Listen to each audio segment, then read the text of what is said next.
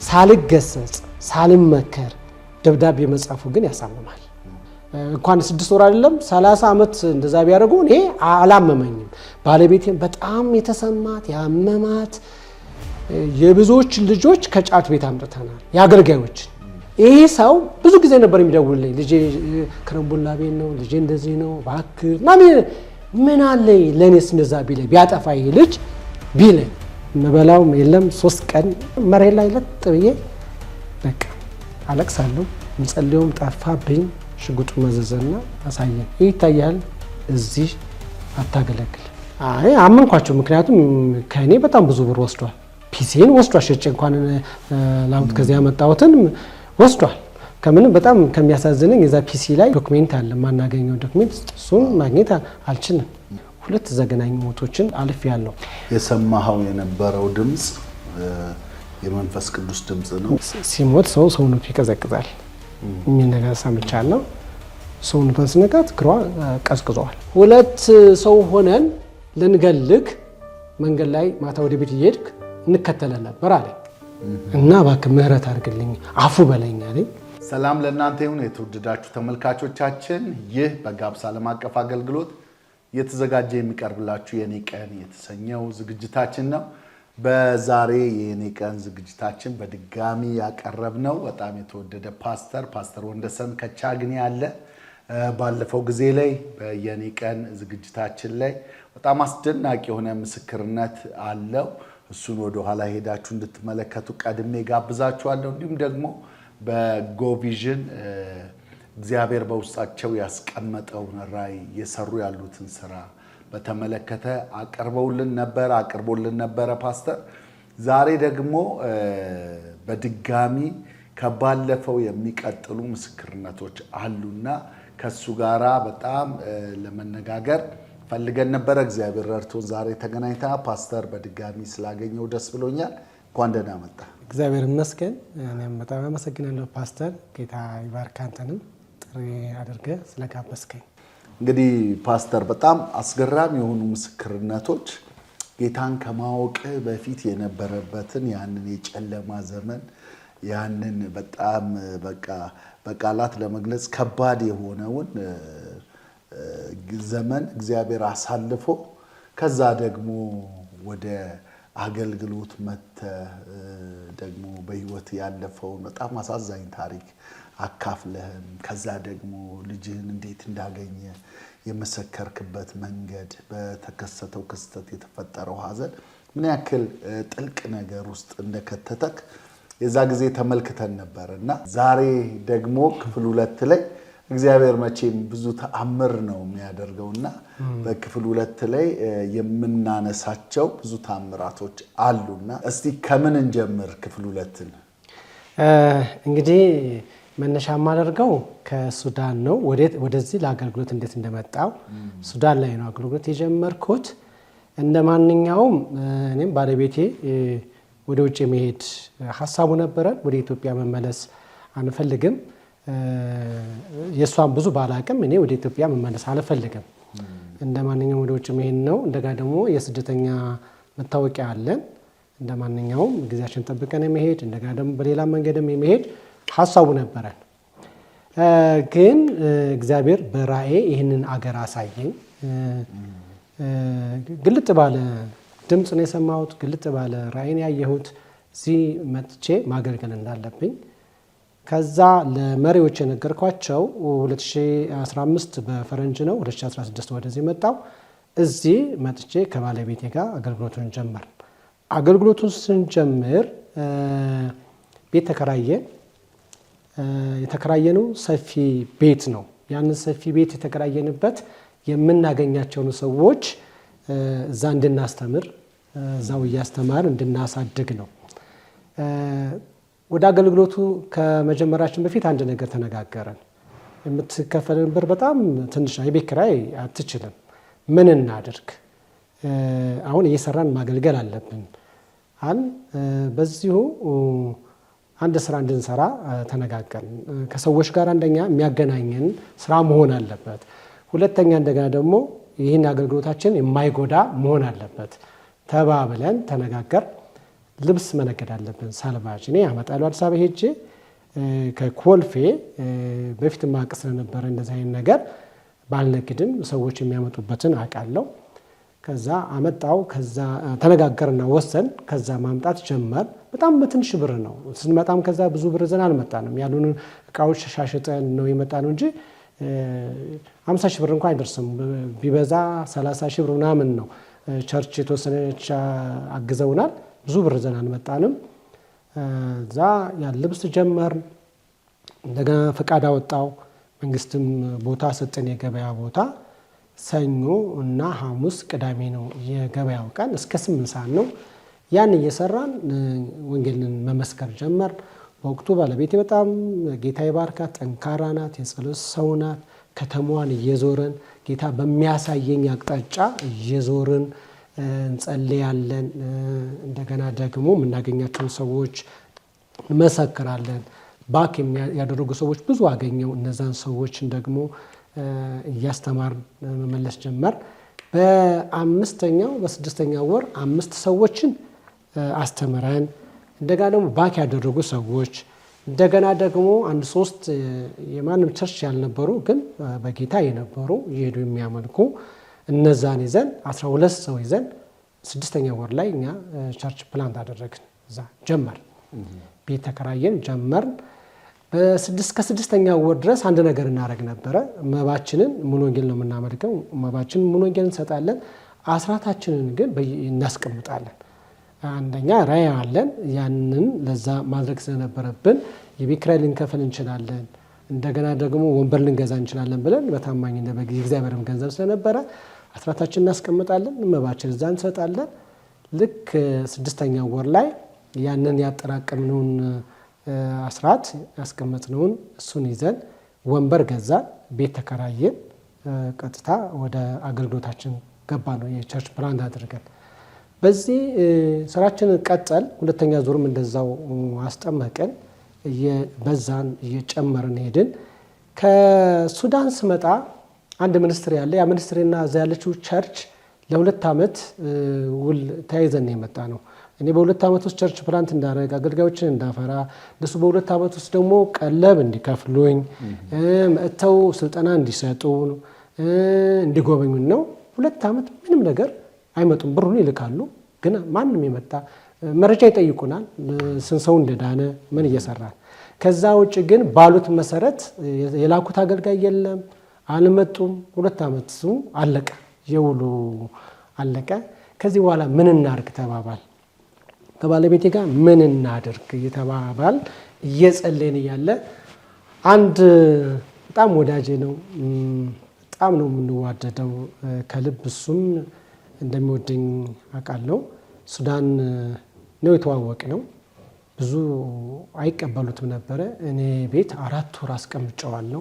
የታወቀ አገልጋይ ነው፣ ስሙን መጥቀስ አልፈልግም። እና እዛ የተዋወቅ ነው። እዛም እያለን ጥሩ ነገር አይወራም፣ ግን ሪል ነበር፣ እውነት ነበር። እኔ ግን ያው በቅንነት እንደ አገልጋይ የተቀበልኩት። እዛን የተዋወቅ ነው። ጋብዣው ከዚህ መጥቶ አገልግሏል። እንደገና ደግሞ እዚህ ከመጣው በኋላ ሙዚየው ነበርኩ። እንደገና ደግሞ የአዋሳ ነው የአቤሎ ሀገረ ማርያም አብረን ከሱ ጋር አገልግለናል። እና አንዳንድ የምሰማቸው ነገሮች አሉ፣ ግን ብዙም ትኩረት አልሰጥበትም። በዚህ ሰው አገልግሎት ብዙ ሰዎች ሲፈወሱ አይቻለሁ፣ ነፃ ሲወጡ ጌታን ሲቀበሉ አይቻለሁ። እና ይህን ሰው በቃ የሚወራበት ነገር ብዙ ጥሩ ባይሆንም ጋበዝኩት። እዛ አሁን ያለሁበት ቻግኒ ላይ ጋበዝኩት። በጣም ጥሩ ጊዜ ነው ያደረግነው፣ በህብረት ነው ፕሮግራሙ የተደረገው። ከዛ በእኛ ፕሮግራሙን ከጨረስን በኋላ እንደ ጓደኛ አወራሁት። ውላችን ጨርሰናል፣ እኔ ቸርች ፕላንት ማድረግ አልፈልግም፣ ጌታ እንደዛ አላለኝም። ከአንድ ባለራዕይ ጋር ማገልገል ነው ፈልገው። እኔ በቃ በሚሽነሪ በፓስተር ነው ጥሬ። ስለዚህ ምን ላድርግ፣ ምን ትለኛለህ አልኩት። አገልግሎቱን ከጨረስን በኋላ ኮንፈረንሱን እነሱ ጠሩት። ወንጌላዊ ቤተክርስቲያናት ለአገልግሎቱ ጥሩ ነበረ፣ ጠሩት። ድጋሚ እያገለገለ እያለ ያንን ያልከኝን ፈቃደኛ ከሆን ከኔ ጋር እንስራ አለኝ። የኔ ቸርች እንደዚህ ይባላል አውቀዋለሁ። ያን ቸርች አብረን ብንሰራ እኔ አሁን አውስትራሊያ ልወጣ ነው። ስለዚህ የቸርቿ ፕሬዝዳንት ሆነ አንተ ፍቃዱ ወረቀቱን ልስጥክ አብረን እንስራ አለኝ። ኦኬ እኔ የምፈልገው አሁን ወንጌል መስራት ነው። እኔ አሁን የስም ጉዳይ አይደለም።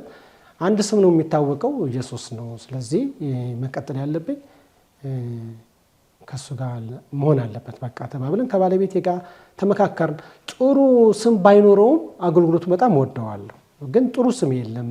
በተከታታይ በሁለት ነገሮች በጣም ብዙ ስሙ ይጠፋል እና እስካላየው ድረስ ወንጌልን ከሰራ እስካሉ ድረስ ቀጠል ተነጋገርን። ከሱ ጋር አብረን እንድንቀጥል ተነጋገርን። ማህተቦችን ሰጠኝ፣ ፍቃድ ወረቀቱን ሰጠኝ። ኮሶቨር ላይ ጀምሬ ነበረ። በአንድ ወንድም አማካይነት ነው የጀመሩት። እኔ አይደለም የጀመርኩት፣ ያ ልጅ ነው። ያ ልጅ እየጠራኝ ጋርም እየመጣ ያገለግላል። ሰሜን ላይ ትልቅ ተጽዕኖ የፈጠረ አሁን ያን የቤተ ክርስቲያን ባለራዕይና መሪ ነው። አዲስ አበባ ላይ አሁን እየሰራ ነው ያለው። እዛም ባህር ዳር ላይ አለው። ትልቅ ተጽዕኖ የፈጠረ ገና ልጅ ነው በእድሜም፣ ግን በጣም ጎበዝ አገልጋይ ነው። በእሱ አማካይነት ነው ኮሶቨር የገባሁት። ኮሶቨርም እኛ ጋር እየመጡ ይገለገሉ ነበረ። እነዛን ሰዎች እኔን ሰዎች ይዘን እዛ ለ10 ቀን ኮንፈረንስ አደረግን። ኮሶቨር ከዚህ ሰው ጋር እንግዲህ አብረን እየሰራን ነው። አንደኛ ስራዬን አስቆመኝ፣ ሁለተኛ ከፍልሃለሁ አለ። ለእኔም ለባለቤቴም ስራችንን በሙሉ መስራት የለባችሁም እናንተ አለን። አስቆመን። የዛን ጊዜ ደግሞ ባለቤቴ ወልዳለች። 3 ወር 4 ወር ይሆናታል። እያገለገለ እያለ በእውነት ብዙ ሰዎች ድነዋል። 24 ሰዎች ከኮሶቨር፣ ከኛ 17 ሰዎች ከቻግኒ። ለመጀመሪያ ጊዜ እንደዛ ተደርጎ አይታወቅ። ብርቅ ነው። 5 ሰው 6 ሰው እዛ ማጥበቅ ማመጥ ብርቅ ነው።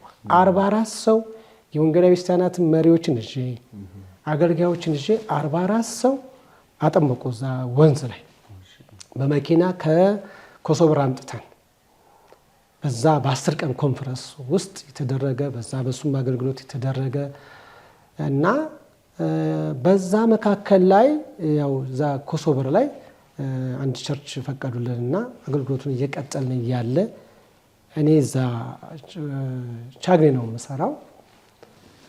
ምንም የማውቀው ነገር የለኝም። በጣም ብዙ ብሮች ወስዷል ከሰዎች፣ በጣም ያልተወሰደበት የለም። እኔ ምንም የማውቀው ነገር የለም። የቸርቿ ፕሬዝዳንት አድርጌ ተሾም ያለው እና ከስራችን ብዙ አገልጋዮች አሉ። ብዙ ሰው ነው የሚመጣው። አንድ መኪና አለች ያለን እኛ ጋር መጀመሪያ ቻግኒ ሲመጣ ያለን በሰሜን ላይ ስለምሰራ 3 ሰዎች ገዝተው ሰጡኝ ነው ያለኝ። እንኳን ጌታ ባረክ ብዬ ለዛች ቤት ለመኪና በየቀኑ 4000 ብር ነው የተከራየው። ለካ ለዛች መኪና እየተባለ ብዙ ብር ከብዙ ሰው ተወሰደ። የማውቀው ነገር የለም። አውስትራሊያ ሊሄድ ነው። ሚስቱ አውስትራሊያ ናት ያለችው። መጨረሻ ላይ እሱ ሄደ። የእኛን ገንዘብ ጨርሰናል። ከመሄዱ በፊት እኔ ገንዘብ ጨረስኩ። አይከፍለኝም። ከኔ ብዙ ገንዘብ ወስዷል። ፒሲ ወስዷል። ባዶ እጄን ቀረሁ። ምንድን ነው የማደርገው? ባለቤቴ 3 ወር የ4 ወር ልጅ ይዛለች። ምንድን ነው የማበላው? ምንድን ነው የማድርገው? በቃ በጣም ተጨነቅኩ። ጥሎኝ ሄደ እሱ። የኔንም ብር ሳይመልስ ሰዎች ብዙ ብር ተወስዷል ለካ እኔ አላቅም። ከዛም ከዚህም በጣም ብዙ ብር ነው። እኔ የነበረችኝ ብር አስያዝኩና አዲስ አበባ ላኳት ባለቤቴ። እሷ ምንም የምታውቀው ነገር የለም። ትንሽ ተጫወችና ቤተሰብ ጋር ነይ ስልሽ ትመጫለሽ ሂጂ አልኳት። እኔ ከዛ ምንም ነገር የለኝም። በሬን ዘጋሁና ስልኬን አጠፋፋሁና በእግዚአብሔር ፊት ማልቀስ ጀመርኩ። ፍረድ ወይ ወረድ፣ እኔ ላከኝ እንደዚህ አይደለም። በእርግጥ አንተን ጠይቄ አይደለም ከዚህ ሰው ጋር የምሰራው፣ ስህተቱ የኔ ነው። አንተን ሰምቼ እንደመጣው አንተን መስማት ነበረብኝ። በድያለሁ፣ ጌታ ሆይ ምህረት አድርግልኝ አልኩ። ካርድ መግዣ የለኝም፣ መበላውም የለም። 3 ቀን በቃ እንደዚህ እንትን ላይ አልጋ ላይ አይደለም መሬት ላይ ለጥ ብዬ በቃ አለቅሳለሁ። ምጸልየውም ጠፋብኝ ምለው ብቻ በእግዚአብሔር ፊት ትክክል እንዳይደለሁ ገባኝ። ከዚህ ሰው ጋር ሰምቻለሁ። በሁለት አይነት ባህሪዎች እንዳሉት ሴት እና ብር ሰምቻለሁ። ግን እኔ ያየሁት አገልግሎቱን ነው፣ ሰዎች መዳናቸውን ያየሁት እንጂ የሰውየውን የነበረውን ባህሪ አላጠናሁም። በቃ እዛ 3ኛው ቀን ላይ ስልክን ከፈት ሳደርግ ብር ገባልኝ። ታንኪዩ ጌታ አመሰግናለሁ አልኩ። ማታውን የዛን ጊዜ የጭነት መኪናዎች አሉ 200 ብር ነበር አዲስ አበባ መጣው። ወዳውኑ ሰልባጅ ገዛው። ወዳውኑ ሄጄ በሳምንት 15,000 ብር ምናምን ትርፍ ሰራው። አሁንም ባለቤቴ እዚህ እንዳለች አሁንም መጣውና ደገምኩ። ከዛ ስራዎችን ጀመርኩ። ከዛ ባለቤቴን አመጣው። ስራዬን መቀጠል እንዳለብኝ ቀጠልኩ። አሁን እዛ ኮሶብር ያለውን እኔ ነኝ የምቆጣጠረው። እየተቆጣጠርኩ ያለ አገልጋዮች የሚያመጣቸው አገልጋዮች ያሉ በጣም ብዙ ሰው ነው ያለው። የዳኑ እንዳልኩክ 24 ሰዎች አሉ። ባክ ያደረጉ አሉ። ከሌላም ቸርች የመጡ አሉ ጸጋውን ለመካፈል እና በአባልነት እየቀጠሉ ነው። ምን የመሰለ ከሱዳን የተላከልኝ ስፒከር አለ። ወስዶታል፣ እሱ ጋር ላፕቶፔን ወስዶታል። ወንበር ምናምን ገዛዝተናል። እዛ ቃለ ሕይወት ቸርች ነበር የተሰጠን ቀን ሐሙስና እሑድ ከሰዓት የምናደርገው የነበረ። ከዛም አባረሩን። ስፒከሩንም ወንበሩንም ብር ወስዷል ከቸርች አልሰጥም አሉኝ። ምን ማድረግ አልችልም። ዝም አልኩ። ስፒከሩንም ወንበሩን ተዉት ይሻል። ያን ህዝብ ይዘን ሌላ ቦታ ጀመር። እዛ ቦታ እየቀጠልን እያለ እያገለገልን እያለ ቆንጆ ፕሮግራም እየሄድን እያለ አገልግሎት ጨርሼ ሳበቃ ስወጣ 2 ሰው ተከተሉኝ። ጎኔ ስም አሉኝ። ሽጉጡን መዘዘና አሳየኝ። ይታያል፣ አንተ መልካም ሰው ነህ። በዚህ ሰውዬ ራእይና ስም እዚህ አታገለግልም። በዚህ ስም እዚህ ምንም አይነት ስራ አትሰራም። እዚህ አይንህን እንዳናይ፣ ሁለተኛ ብትመጣ በራስህ ፍረድ። ክርስቲያኖች ናቸው፣ ሌሎች አሉ ክርስቲያኖች ናቸው። ሌላ ሁለተኛ ሀዘን። ከዛ ጠሩኝና የአንዳንድ ሰዎች ስም ዝርዝር አመጡ። ከዚህ ይሄን ያህል ብር፣ ከዚህ ይሄን ያህል ብር፣ ከዚህ ይሄን ያህል ብር፣ ከዚህ ይሄን ያህል ብር ወስዷል። አይ አመንኳቸው። ምክንያቱም ከእኔ በጣም ብዙ ብር ወስዷል። ፒሲን ወስዷል። ሸጬ እንኳን ላሙት ከዚህ ያመጣሁትን ወስዷል።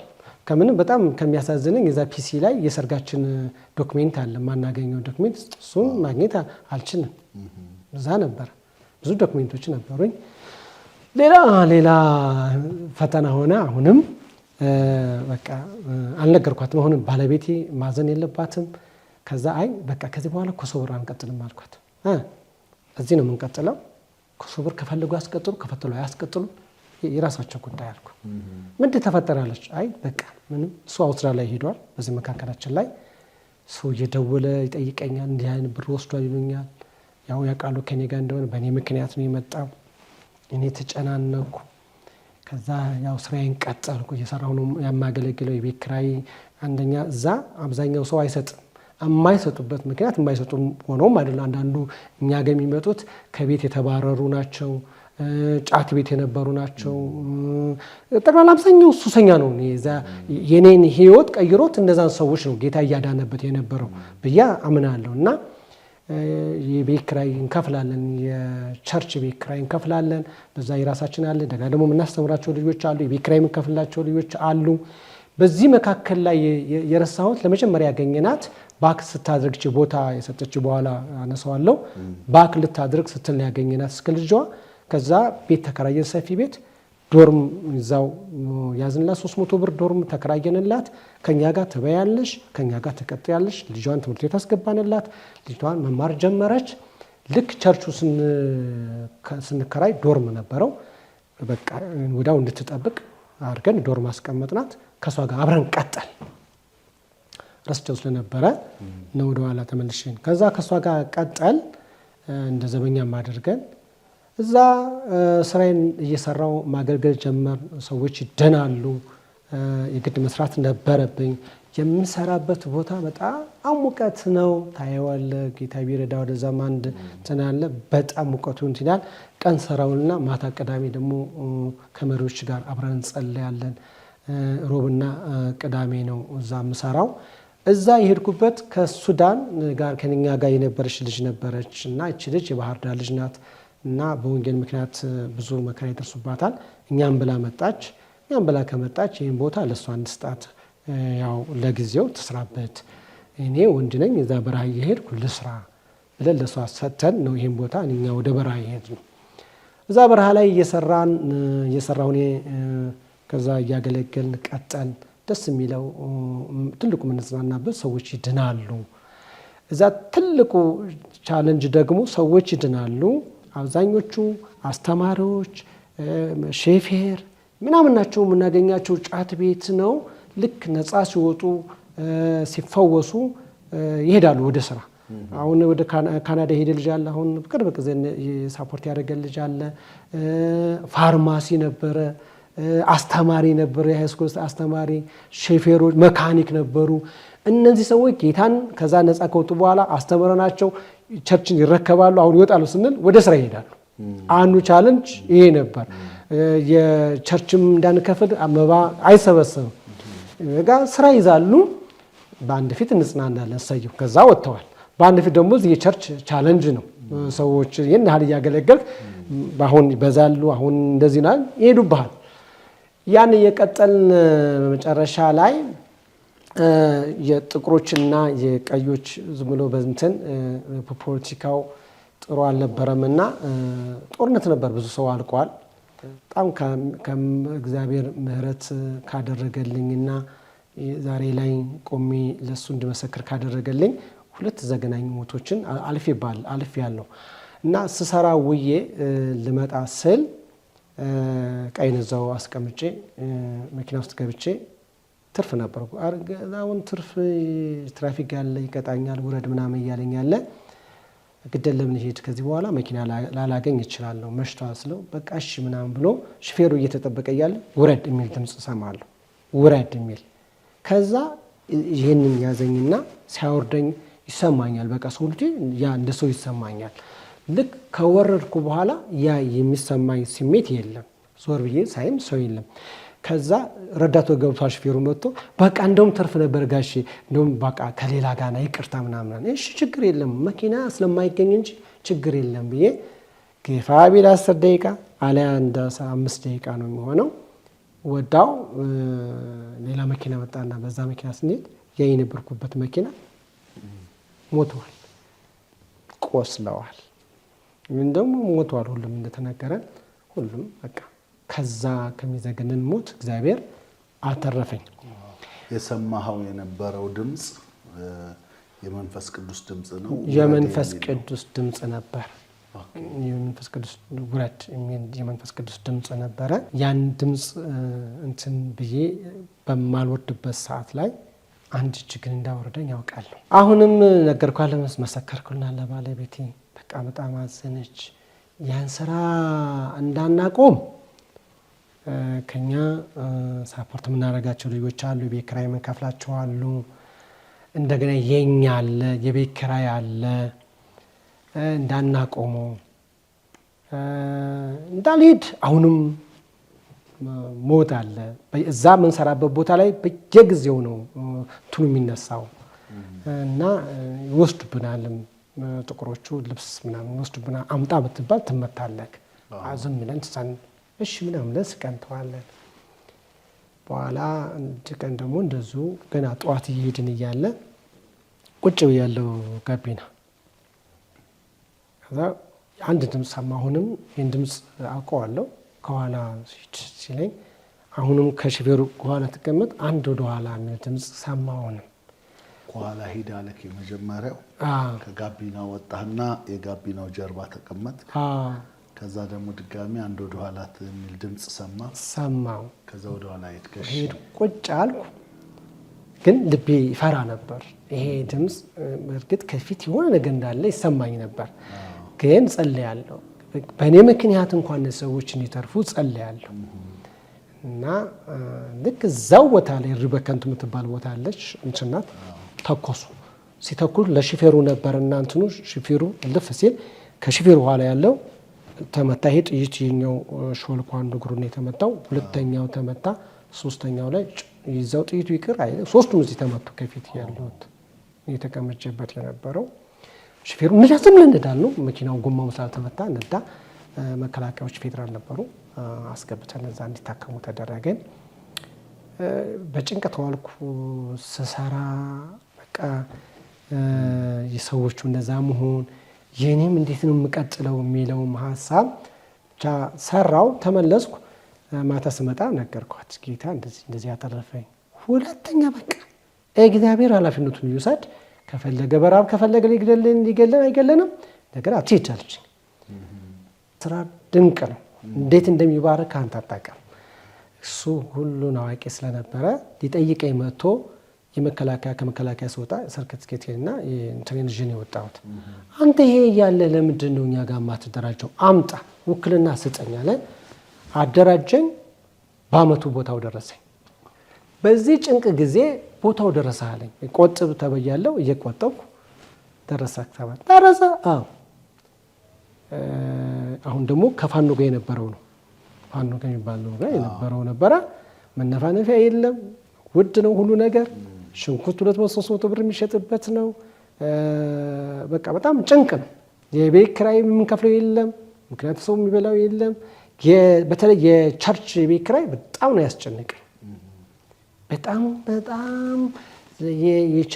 የእግዚአብሔርን ሕዝብ የት ነው ጌታ ሆይ በቃ የመጣሁት ዝም ብዬ በራሴ ነው ማለት ራሴን እስከምጠራጠር ደግሞ ሳይፍሬን በጣም ብዙ ሰው እየዳነ ነው።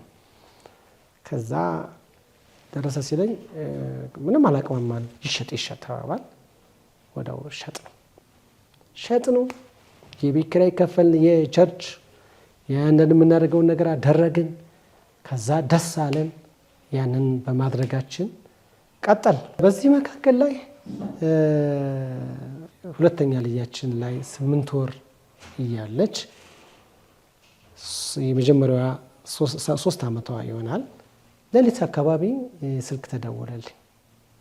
ስልክ ተደውሎ እየጸለዩ እያለ የሞት መንፈስ ለቃት ውጣ ብዬ መንፈሱ ለቆ እንደወጣ ከመሰከረችልኝ በኋላ ወደ መኝታ ቤት ስገባ ልጄ ታማለች፣ በጣም ተኩሳለች።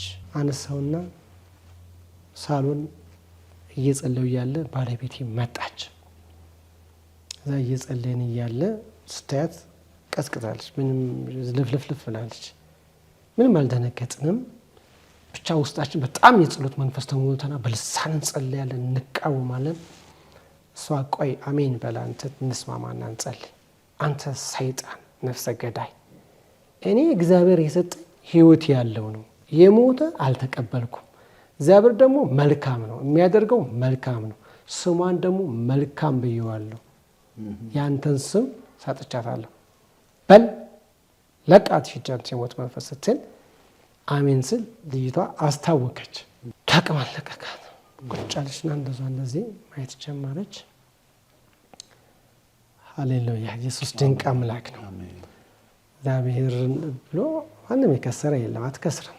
ከዛ ተፈወሰች፣ ዳነች። እስካሁን ጤነኛ ናት። በጣም ትገርም፣ በጣም ትጸለያለች።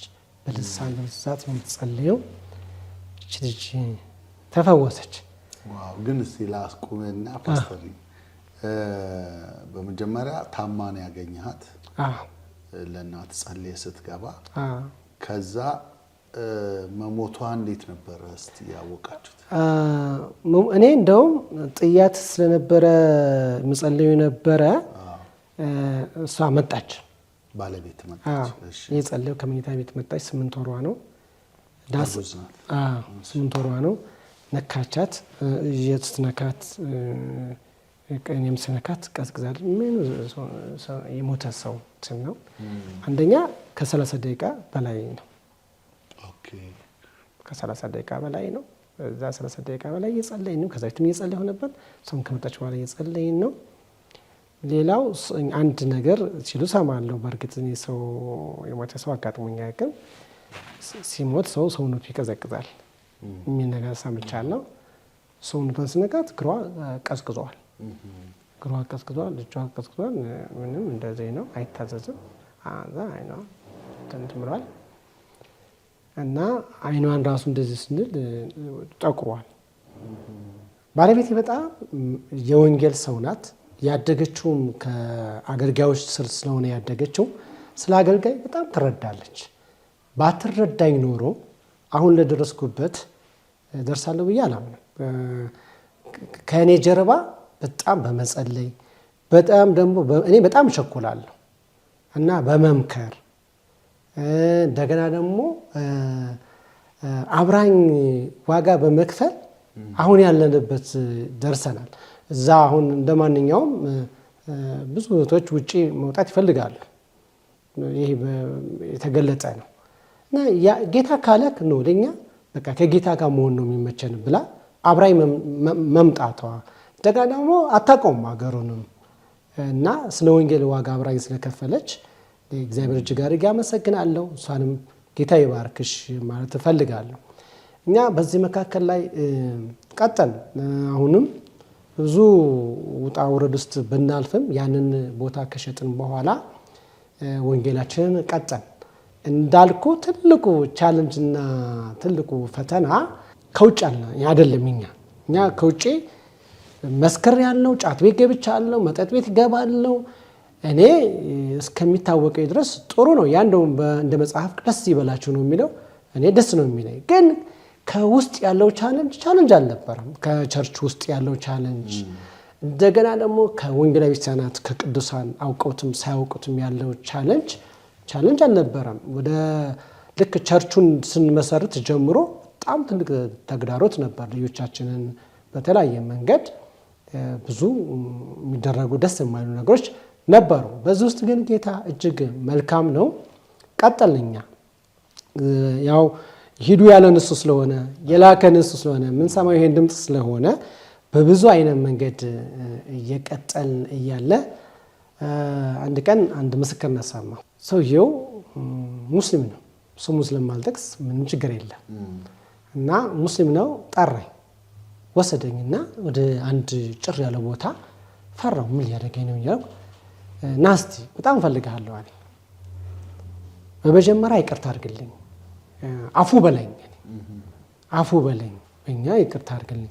ምን አረከኝ አንተ? ምንም እኮ ወዳጄ ነህ፣ ምንም አላረከኝም ስለው አያለ እኔና አንድ ጓደኛዬ እሱ ምንም አይሰራለም። እኔ ሌሊት የሆነ መልአክ የሚመስል ሰው መጥቶ ይህ ሰው ምን አደረገ ብሎ ስለተናገረኝ ነው። 2 ሰው ሆነን ልንገልክ መንገድ ላይ ማታ ወደ ቤት እየሄድክ እንከተለን ነበር አለኝ። እሺ አልኩት እና ብር ሰጥተውን ግደሉት ተብለን ሌሎች ናቸው ብር ሰጥተውን እሺ አልኩት። ልንገልህ ነበረ። እዛ እየሄድክ እያለ ታወራለህ። ብዙን ጊዜ እየጸለዩ በልሳን እያወራው ኮንፌስ እያረኩ ነው የሚሄደው እና ታወራለህ።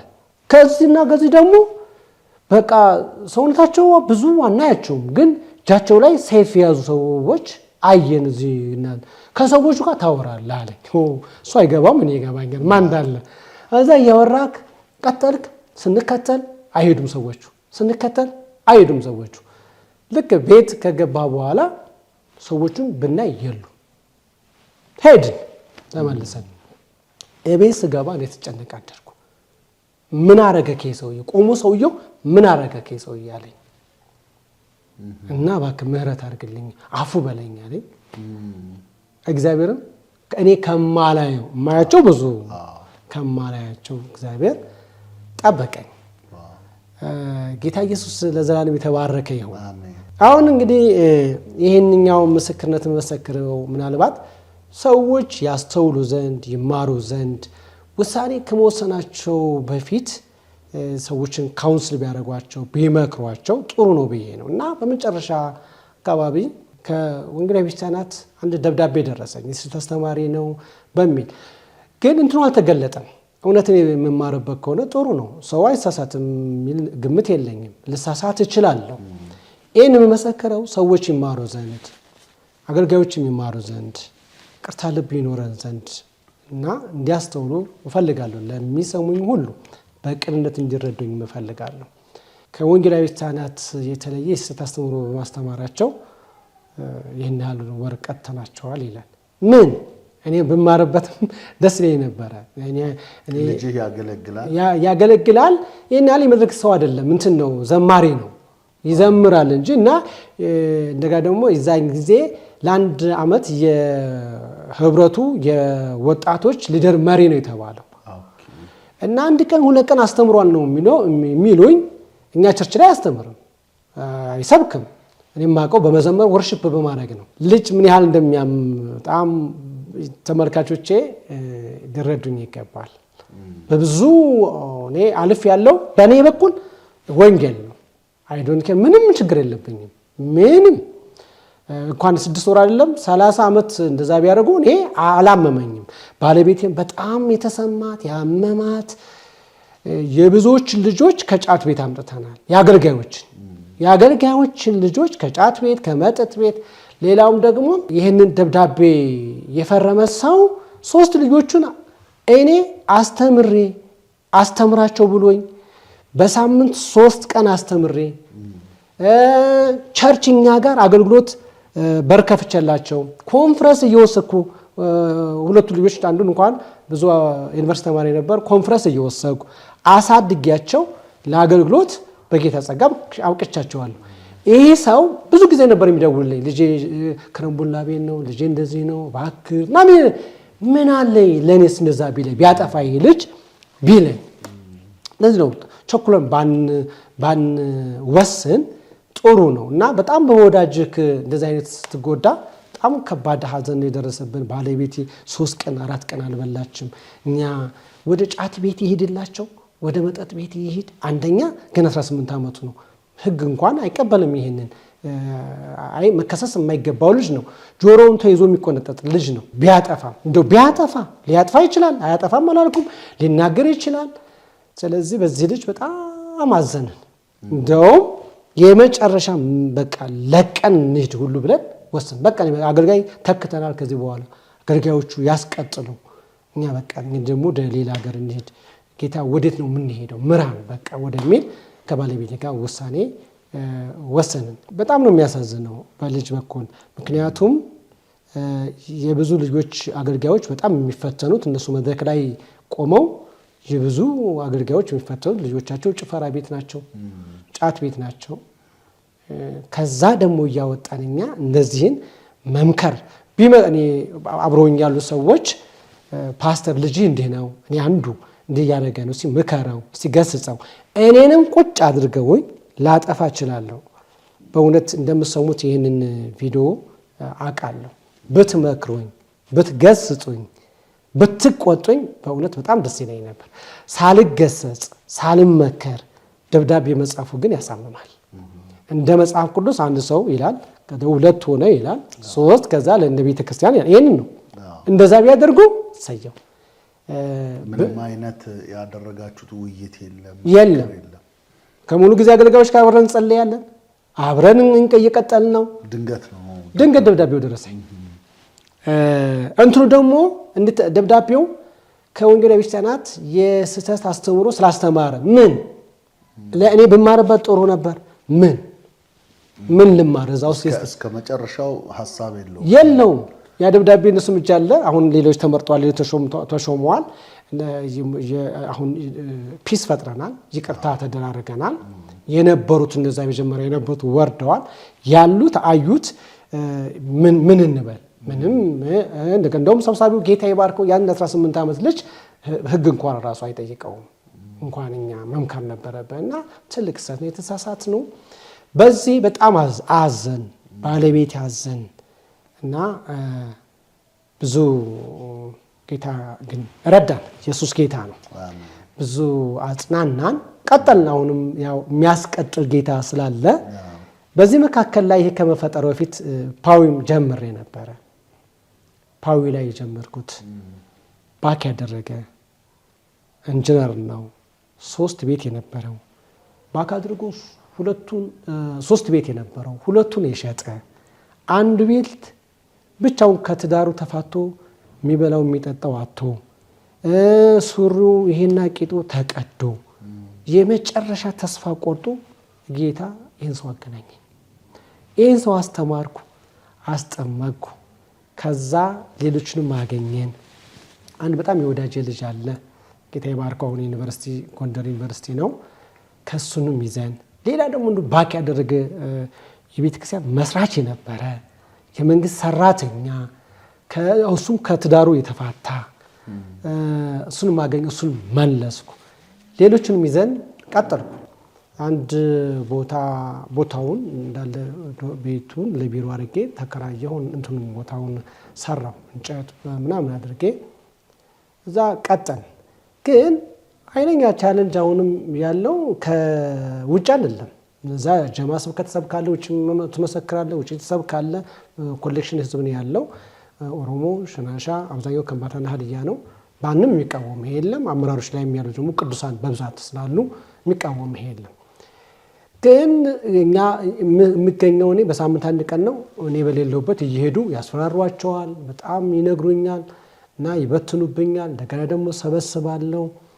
በኋላ ይሄ የመጀመሪያው ከኔ ጋር በጣም ያው የቆመ መኪና ማለት ነው። እሱ ጥሩ ፋውንዴሽን ጥሩ ነበረ።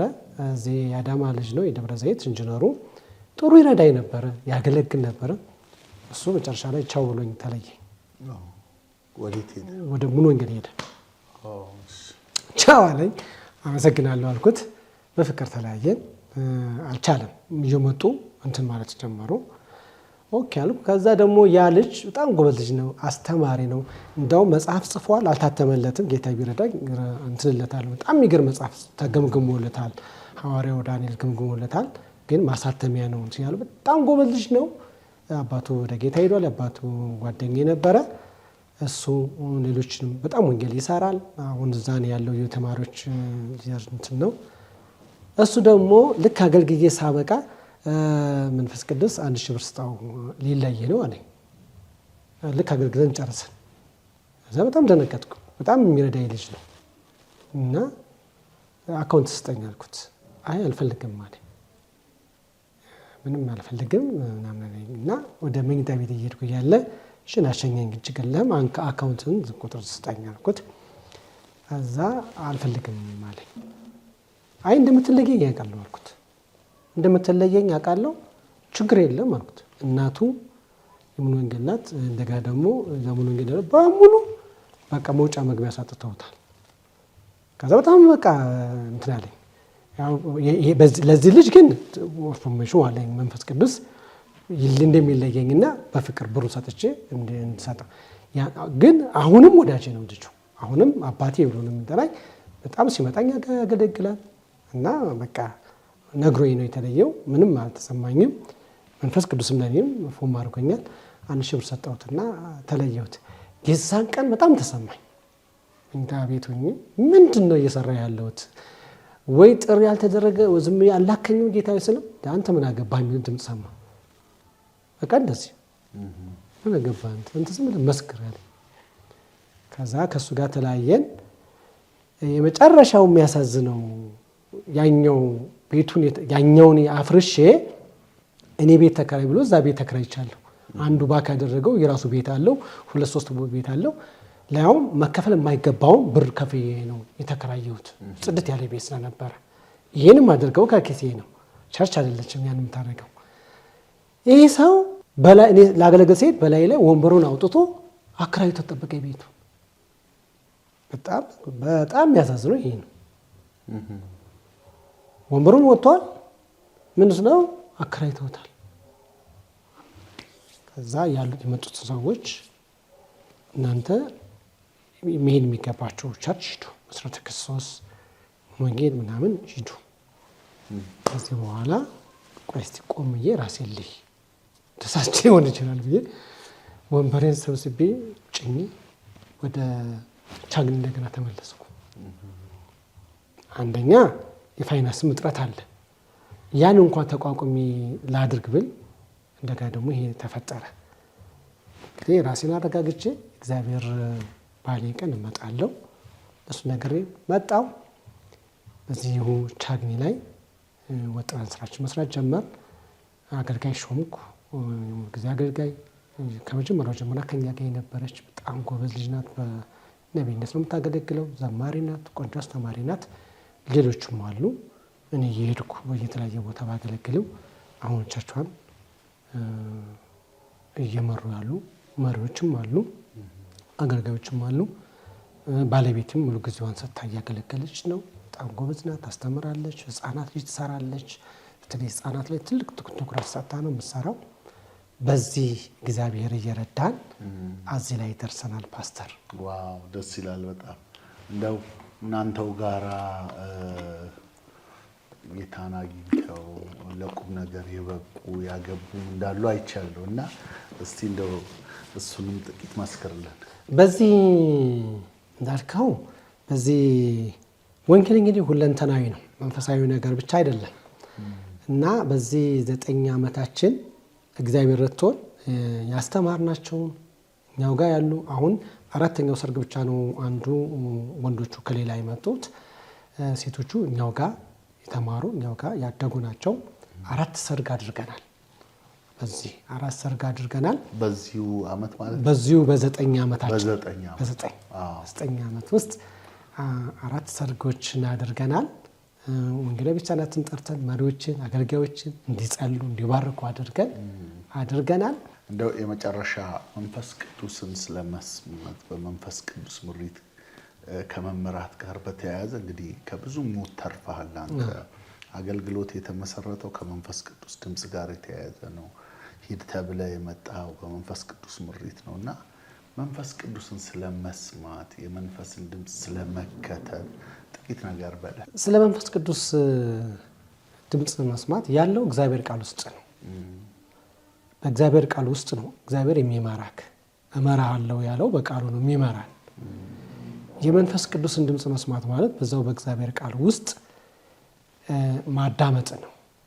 መንፈስ ቅዱስ ለእንደዚህ አሁን በስጋ እንደምናወራው አይደለም፣ ለመንፈሳችን ነው ፎም የሚያደርገን። እኛ ከሰማኑ መንፈስ ቅዱስ ይነግራን። እኛ ሪጀክት ካላደረግነው እያንዳንዱ ነገር ሊነግረን እንደ ቃሉ እመራችኋለሁ እንዳለ ሊመራን፣ አሳስባችኋለሁ እንዳለ ሊያሳስበን፣ አስተምራችኋለሁ እንዳለ ሊያስተምረን መንፈስ ቅዱስ ሩቅ አይደለም፣ ውስጣችን ያለው። እኛ ነን ከውጭ ከሚመጣው ድምጽ ይበልጥብንና የውስጠኛውን ድምጽ ሪጀክት የምናደርገው እንጂ መንፈስ ቅዱስ ለመንፈሳችን ይነግረናል። እኛ ካደመጥን እኛ ከሰማኑ በትክክል ይመራናል። እኔ መርቶኝ ፍሬያማ ሆኛለሁ። ይሄ ደረሰብኝ ምነው ሁሉ ስለ ወንጌል ስለሆነ ምንም ስለ እውነት ሌሎች ወንድሞችና እህቶች ካለፉበት የበለጠ እኔ ጋር ደርሷል ብዬ አልልም።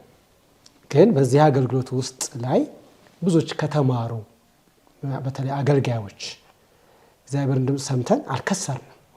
እንደ ሰውኛ ብዙ የምንኖርበት ቦታ አለን። አዲስ አበባ መኖር እንችላለን።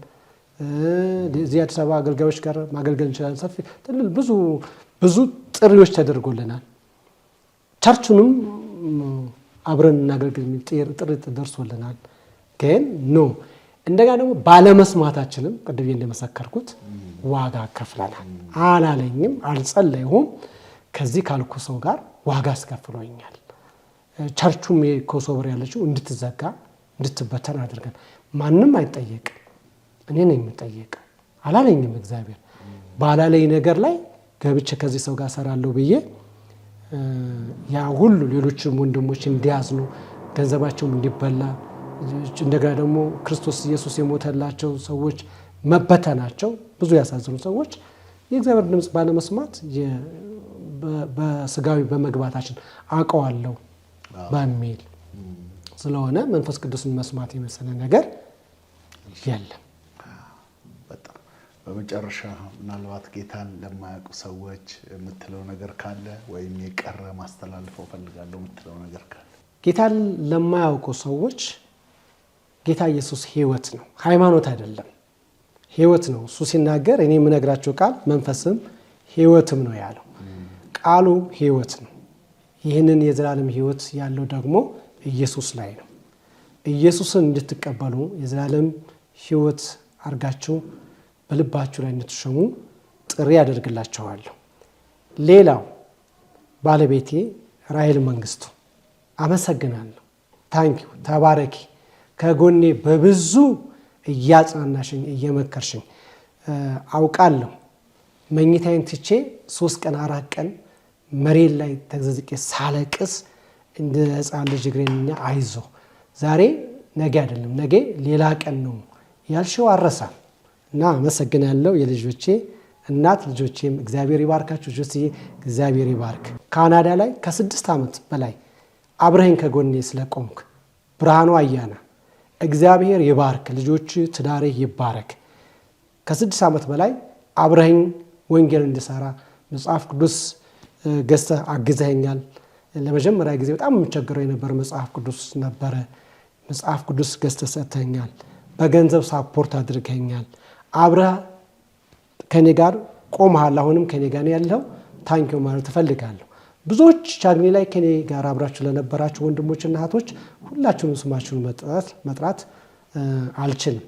አብራችሁኝ እንደነበራችሁ እግዚአብሔር ይርዳችሁ፣ እግዚአብሔር ይባርካችሁ ማለት እፈልጋለሁ። እንግዲህ ተመልካቾቻችን ከፓስተር ወንደሰን ጋራ በድጋሚ ተገናኝተን ደግሞ እግዚአብሔር በሕይወቱ ያደረገውን ያለፈበትን ለአመራርም ደግሞ ለቤተ ክርስቲያን መሪዎች እንዴት አድርገን መወሰን አለብን፣ እንዴት መምከር አለብን የሚል በጣም ጠቃሚ የሆኑ ምክሮችን የሰማንበት ዝግጅታችን በዚህ ይጠናቀቃል። በሌላ ጊዜ ደግሞ ተመልሰን እንደምንገናኝ አምናለሁ። እስከዛው የእግዚአብሔር ጸጋ ከእናንተ ጋር ይሁን። ሻሎም